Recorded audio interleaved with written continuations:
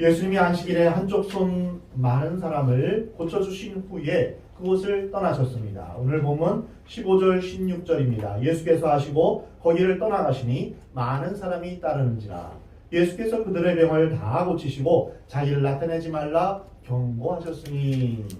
예수님은 사람들의 마음을 아시고 거기를 떠나셨습니다. 그리고 그들에게 자기를 나타내지 말라라고 경고하셨습니다. 왜 예수님께서 이렇게 하셨을까요? 사람들을 두려워하고 핍박이 무서워서 예수님이 그러신 것이 아닙니다. 예수님은 아직 때가 이르지 아니하였기 때문입니다. 예수님이 어느 정도 일을 하신 이후에 십자가를 지시는 때가 되면 그때까지 예수님은 이제 기다리신 것입니다. 사람이 유명해지면 잘못된 세력들이 들어올 수 있습니다. 돈만 조금 있으면, 권력만 조금 있으면 불순한 세력들이 그 주위에 몰려듭니다.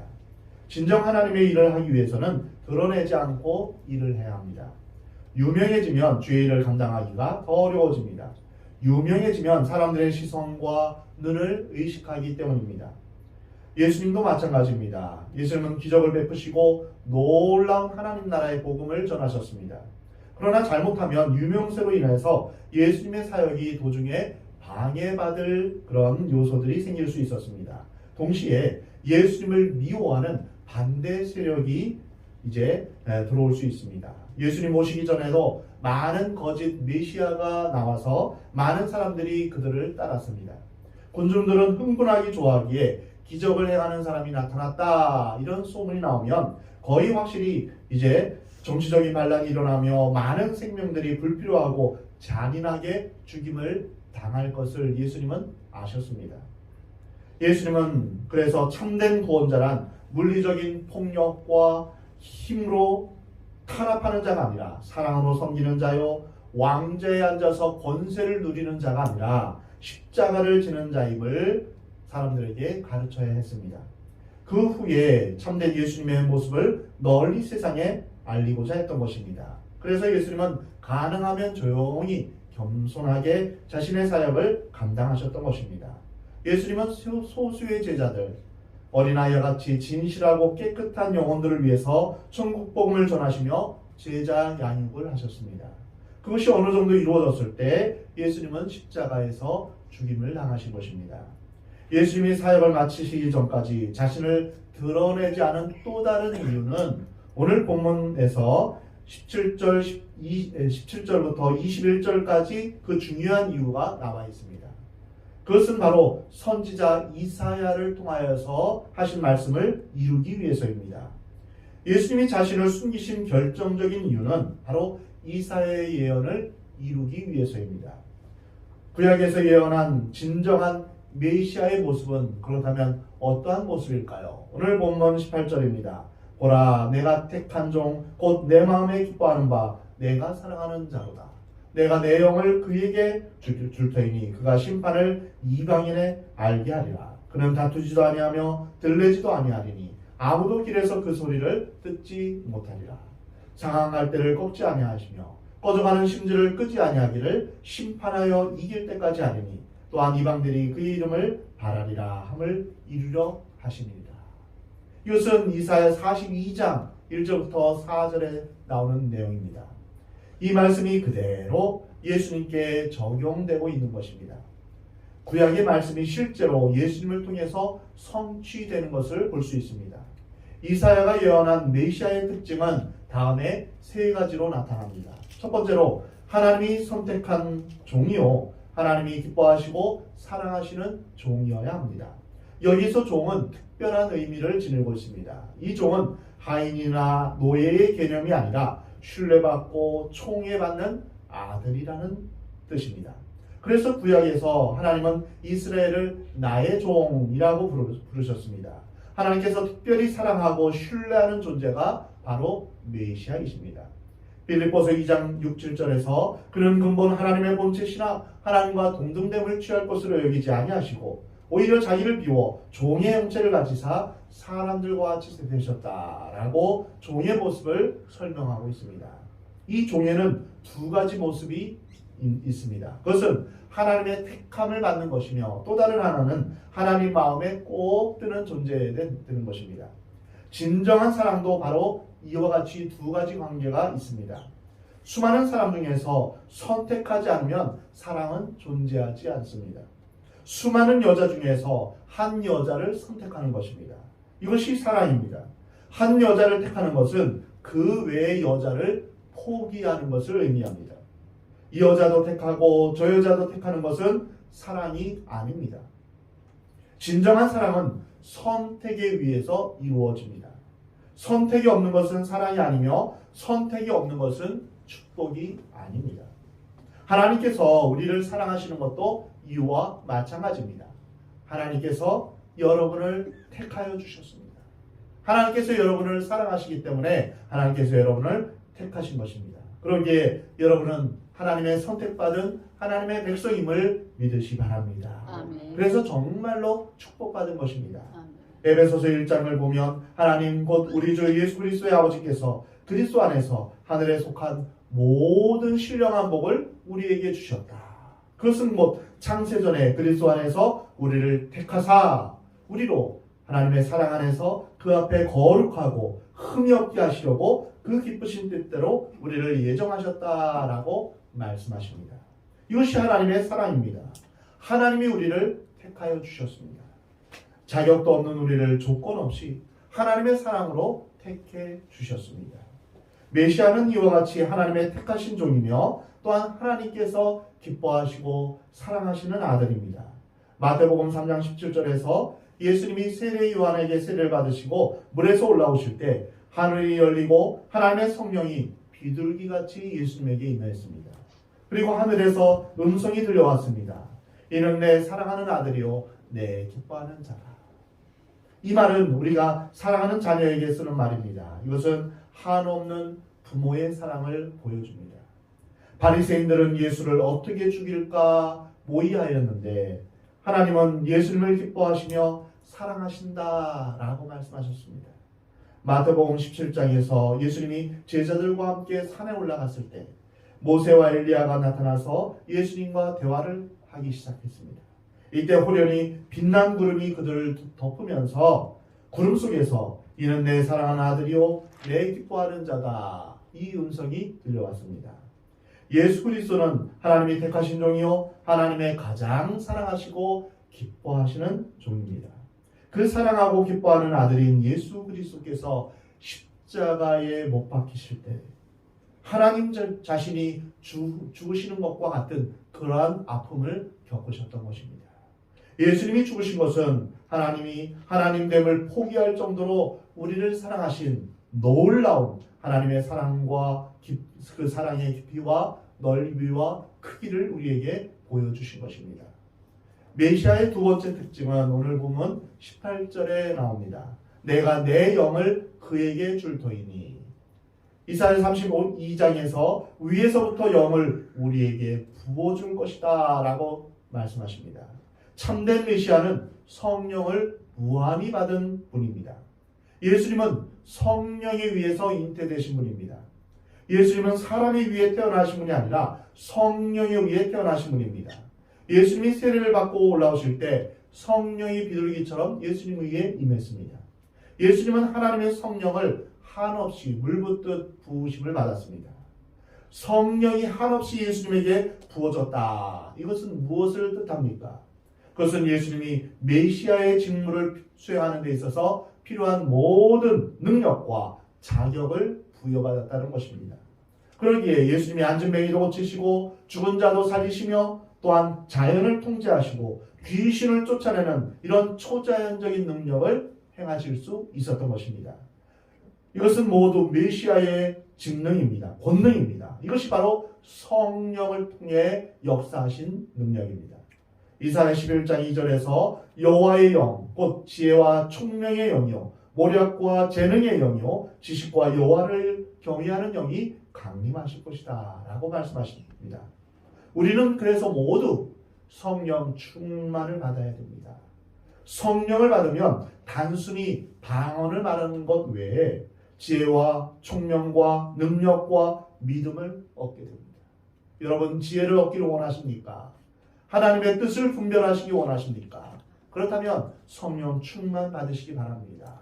우리가 이 땅에서 하나님과 동행하며 또한 생명의 길, 진리의 길을 걸어가는 유일한 방법은 바로 성령의 이끄심을 따라 살아가는 것입니다. 성령이 역사하시면 놀라운 일이 우리 가운데 임하게 되는 것입니다. 교회가 부흥하는 것은 단순히 숫자만 늘리는 것을 의미하는 것이 아닙니다. 성령이 부어져야만 교회가 부흥합니다. 건물이 있다고 되는 것도 아닙니다. 성령이 함께 하실 때 가능한 것입니다. 우리가 변화되는 것도 성령이 오시기에 가능한 것입니다. 우리가 하나님의 자녀가 되어 거듭나는 것도 바로 성령으로 말미암은 것입니다.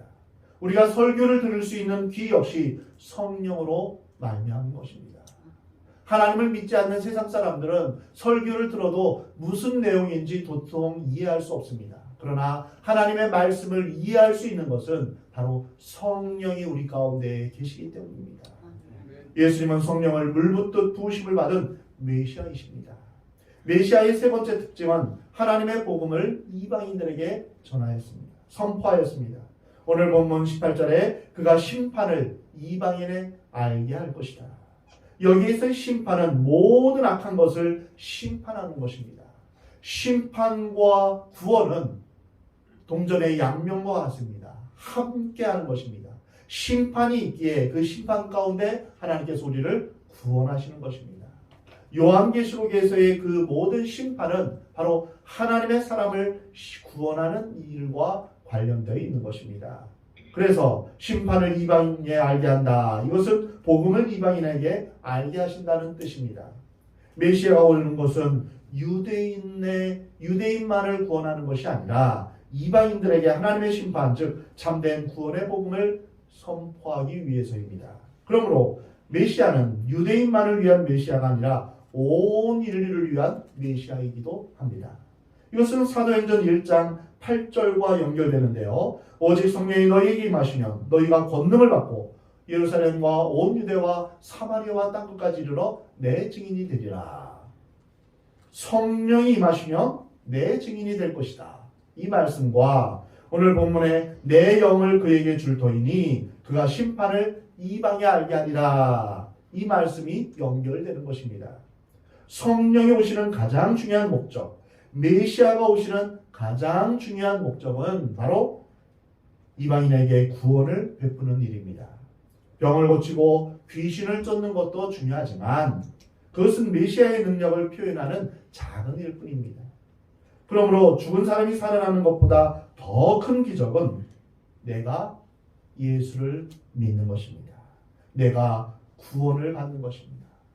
내가 예수 믿는 것이 기적이요, 내 친구가, 내 자녀가, 내 배우자가 복음을 깨닫는 것이 가장 큰 기적입니다. 메시아의 사역은 땅끝까지 하나님의 정의를 실현시키며 심판과 구원의 복음을 선포하는 것입니다. 다음으로 메시아는 어떤 태도를 가지고 있을까요? 오늘 보면 19절에서 그는 다투지도 아니하며 이렇게 말합니다. 하나님이 택하신 종, 하나님이 기뻐하시고 사랑하시는 분, 성령을 무한히 받으시는 분, 그리고 이방인에게 복음을 전하는 메시아는 다투지 않는다. 이렇게 말씀하십니다. 사람들은 예나 지금이나 투쟁과 폭력과 파괴를 찬양합니다. 아무리 이론이 좋아도 투쟁의 방법은 잘못된 것입니다. 검을 쓰는 자는 검으로 망합니다. 투쟁으로 얻은 것은 결코 끝까지 가지 못합니다. 다툼으로 이룬 것은 다 망합니다. 비성경적이기 때문입니다. 사랑으로 이룬 것만이 남게 됩니다. 비폭력으로 이룬 것만이 남습니다. 투쟁은 일시적으로 승리할 수 있지만 그것은 예수님의 방법이 아닙니다. 베드로전서 2장에서 그런 죄를 범하지 아니하시고 그 입에 거짓도 없으시며 욕을 당하시되 맞대어 욕하지 아니하시고 고난을 당하시되 위협하지 않으시며 오직 공의로 심판하시는 이에게 부탁하시며 친히 나무에 달려 그 몸으로 우리 죄를 담당하셨다라고 말씀하십니다. 만약 예수님이 투쟁하셨거나 다투셨다면 십자가를 지실 필요가 없으셨습니다. 자신을 이끄는 무리들을 규합해서 로마 정부에 대항하고 항거했을 것입니다. 그러면 십자가를 지실 필요가 없으셨습니다. 왜 십자가를 지셨을까요? 다투지 않으셨기 때문입니다. 이 땅에서, 이 세상에서 우리가 왜 서로 다툴까요? 그것은 십자가를 지지 않기 때문입니다. 너희가 나를 따르려거든 자기 십자가를 지고, 자기를 부인하고 자기를 십자가를 지고 나를 따를 것이다. 십자가를 진다는 것은 다투지 않는 것입니다. 나를 주장하지 않는 것입니다. 그는 멸시를 받아 사람들에게 버림받았으며 강고를 많이 겪었으며 질고를 아는 자라. 예수님은 털 깎는 자 앞에서 잠잠한 양 같으셨습니다. 요즘 세상에서는 어느 정도의 정의는 있습니다. 그러나 완성된 온전한 정의는 없습니다. 아무리 소리 지르고 싸워도 정의는 오지 않습니다. 왜냐하면 정의는 투쟁으로 오는 것이 아니기 때문입니다. 메시아의 특징은 다투지 않는 것입니다. 그러면 수없는 폭력에 대해서 우리는 어떻게 해야 됩니까? 이렇게 질문할 수 있습니다. 그 대답은 십자가입니다. 십자가가 없다면 우리에게 구원도 없습니다. 그렇다면 십자가만 지면 악이 판을 치고 악이 득세하지 않겠습니까? 이렇게 질문할 수 있습니다. 하지만 십자가는 수동적인 방관이 아닙니다. 적극적인 사랑입니다. 예수 그리스도가 가는 곳마다 역사가 변했습니다. 나라가 변했습니다. 공동체가 변했습니다. 이것이 신비입니다. 폭력을 쓰지 않지만 사랑의 왕이신 예수님이 가는 곳마다 세상이 변했습니다. 이것이 바로 메시아의 비밀입니다. 두 번째로 메시아의 태도는 들레지 않는다라는 말입니다. 들린다라는 것은 어수선하게 시끄럽게 소리를 지른다는 것입니다. 예수님은 어수선하게 시끄럽게 소리를 치지 않았습니다. 메시아의 태도는 겸손과 온유와 자기부정입니다. 예수님은 한 번도 소리를 지르지 않으셨습니다. 빌라도의 재판에서도 사형 선고를 받을 때에도 예수님은 조용히 침묵하고 그 불의한 재판을 그대로 받아들이셨습니다. 바리새인들은 싸우려고 덤벼들었지만 예수님은 그렇지 않으셨습니다. 요즘은 누구나 자기를 선전하고 자기 주장을 외칩니다. 재판 과정에서 소리를 지르고 난동을 부리기도 합니다. 법이 잘못되었다라며 모든 것을 부정하고 악을 씁니다. 예수님은 너무나 대조적입니다. 그리스도인이라면 조용히 십자가를 지며 하나님의 의를 이루어야 합니다. 메시아는 자기 주장을 하거나 투쟁을 하거나 선전이나 과장의 방법을 쓰지 않으셨습니다. TV를 보면 상품을 팔기 위해 얼마나 많은 광고를 합니까? 메시아는 자신을 내세우지 않으십니다. 세 번째로 메시아는 긍휼과 자비의 모습을 가지고 계십니다. 오늘 본문 20절 말씀입니다. 상항할 때를 꺾지 아니하시며 꺼져가는 심지를 끄지 아니하기를 심판하여 이길 때까지 하리니. 이것이 바로 예수님의 마음입니다. 상항할 때는 무엇일까요? 흔히 인간을 생각하는 갈대다 이렇게 말합니다. 갈대는 연약합니다. 그리고 흔들리기 쉽습니다. 이성적인 존재이지만 그러나 자주 바뀌는 그러한 존재여서 생각하는 갈대라고 그렇게 표현합니다. 그러나 실제로 인간의 본질은 생각하는 갈대가 아니라 상한 갈대입니다. 고대 양떼들을 이끌기 위해 갈대로 피리를 만들어 불었습니다. 그런데 그 갈대가 꺾어지면 피리를 못 만듭니다. 상한 갈대란 피리를 만들 수 없는 갈대, 소용이 없는 갈대를 의미합니다. 아무 곳에서 쓸데없는 갈대, 마음의 상처를 입고 갈기갈기 찢어진 상처난 영혼, 그래서 더 이상 꿈과 행복을 노래할 수 없는 병든 영혼, 소망이 없는 인생, 이것이 바로 상한 갈대와 같습니다. 이것이 바로 인간의 실존입니다. 인간은 전적으로 타락한 존재입니다. 아무런 소망이 없습니다. 꺼져가는 심지는 무엇을 의미합니까? 기름이 있을 때는 심지가 활을 잘 탑니다. 그래서 어둠을 몰아냅니다. 그런데 기름이 다 떨어지면 심지가 이제 불에 타면서 그름이 납니다. 그래서 심지가 점점 더 꺼져가고 나중에는 더 이상 탈 것이 없습니다.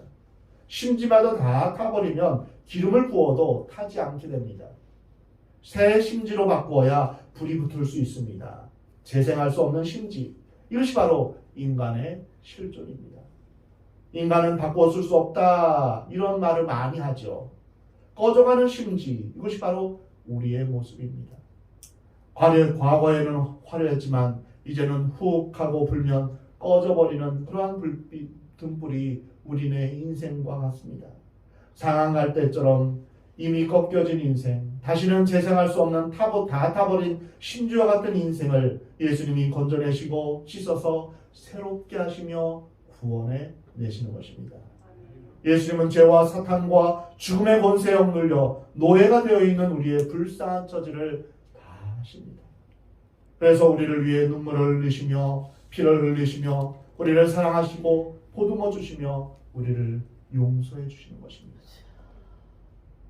이 메시아이신 예수 그리스도께서 남편 5 있는 여자를 만나 주셨고 현장에서 가늠하다 잡힌 여자를 용서하셨으며 문둥병자나 귀신 들렸거나 세상에서 손가락박질 받는 세리거나 모두 문제 삼지 아니하시고 과거를 묻지도 따지지도 않으시며 그들을 사랑하고 용서하셨습니다. 사랑하는 성도 여러분, 예수님은 가능성이 없는 우리를 하나님의 자녀로 삼으시고 우리를 하나님 안에서 가능성 있고 새로운 존재로 변화시켜 주셨음을 믿으시기 바랍니다. 아멘. 누구든지 그리스도 안에 있으면 새로운 피조물이라 이전 것은 지나갔으니 보라 새 것이 되었다. 우리가 그리스도 안에서 온전히 새로운 존재로 변화되었음을 여러분 믿으시기 바랍니다. 아멘. 심판하여 이길 때까지 아니니 복음이 승리할 때까지 주님은 우리를 포기하지 않으십니다. 상한 때와 같은 우리를 꺼져가는 심지와 같은 우리를 건져주시고 새롭게 하시는 그 주님을 찬양하시기 바랍니다. 오늘 우리는 메시아의 이러한 모습을 새롭게 배우며 우리 안에 계시는 성령의 도우심으로 말미암아 우리를 새롭게 하시는 그 주님을 온전히 신뢰하시기 바랍니다. 내 손을 내밀라 말씀하시는 주의 말씀에 순종함으로 손을 내밀었더니 온전하게 된 것처럼 오늘 우리에게 주님은 말씀하십니다. 내가 너를 사랑하노라. 내가 너를 새롭게 하노라. 내 손을 내밀라. 내 마음을 열라. 내 상한 마음과 영혼을 내가 새롭게 하기를 원한다. 주의 이 같은 음성에 아멘으로 응답하시는 여러분 되시기 바랍니다. 아멘. 너희 안에 이 마음을 품으라. 곧 그리스도 예수의 마음이니. 성도 여러분 모두 이와 같은 성령으로 말미암아 예수님의 긍휼과 자비의 마음, 겸손하시고 온유하신 사랑의 예수님의 마음을 품으시는 여러분 되시기 바랍니다. 아멘. 예수님의 사역은 곧 우리의 사역입니다.